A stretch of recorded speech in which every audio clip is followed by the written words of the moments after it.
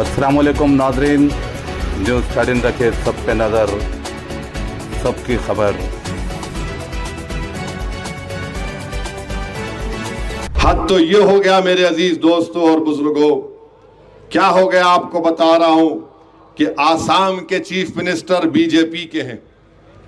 क्या कोई chief minister ऐसा बोल सकता है कि मियां अगर ऑटो में ड्राइवर होगा, 5 रुपए बिल हुआ तो तुम 4 रुपए देना उसको।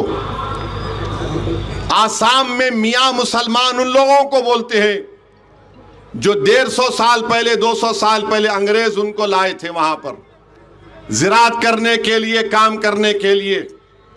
उनका कसूर एक ही है, भारत के नागरिक हैं, सिटीजन हैं, वो बंगाली जबान में बोलते। तो आसाम के मुख्यमंत्री बोलते हैं अगर तुम मियां के ऑटो में गए, 5 रुपए बिल हुआ तो 4 रुपए दो।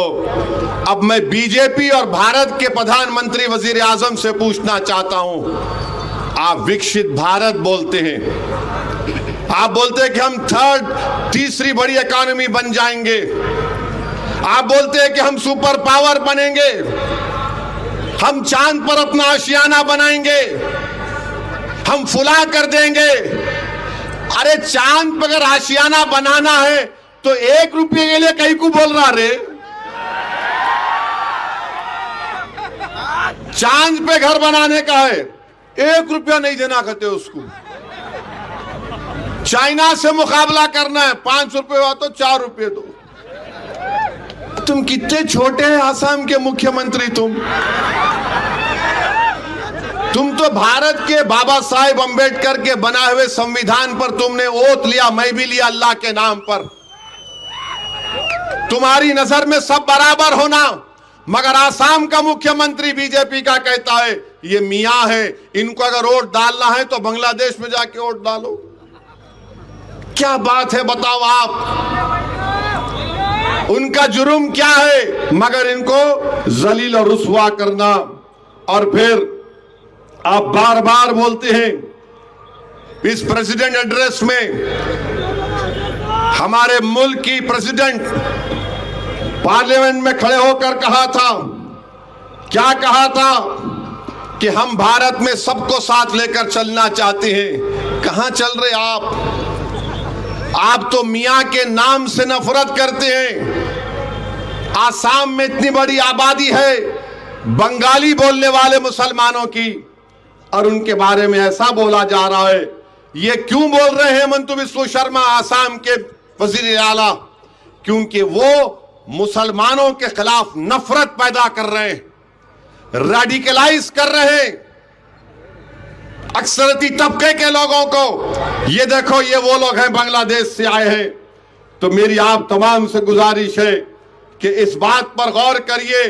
अब मीडिया के लोग पूछेंगे आप उनके बारे में बोले थे, हां बोला, मगर यह भी बोल रहा हूं भारत के संविधान में आर्टिकल 256 से आइन में, जिसमें मरकजी हुकूमत की जिम्मेदारी है कि अगर कोई प्रदेश, रियासत आइन के कानून पर अमल नहीं कर रहा है तो आर्टिकल 256 क्या कहता है मोदी जी आपको मालूम?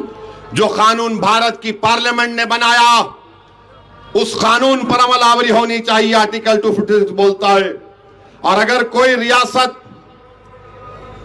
कानून आइन के मुताबिक काम नहीं कर रही है तो आर्टिकल 355 में मरकजी हुकूमत को इख्तियार दिया गया है कि रियासती हुकूमत संविधान और आइन के मुताबिक काम करे।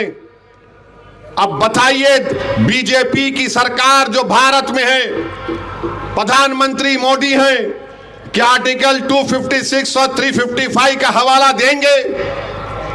और फिर आसाम का वजीर आला अपने एग्जीक्यूटिव पावर्स का गलत इस्तेमाल कर रहा है। क्या भारत का आइन आसाम पर लागू नहीं होता? क्या बताओ? एक इंसान की डिग्निटी, इज्जत एक फंडामेंटल राइट है, मालूम आपको? किसी की भी इज्जत का खिलवाड़ नहीं किया जा सकता। डिग्निटी एक फंडामेंटल राइट है भारत के संविधान में, चाहे वो किसी मजहब का हो, चाहे किसी जात बरादरी का हो। राइट टू डिग्निटी एक फंडामेंटल राइट है। और आसाम के लोगों को इस तरह से किया जा रहा है।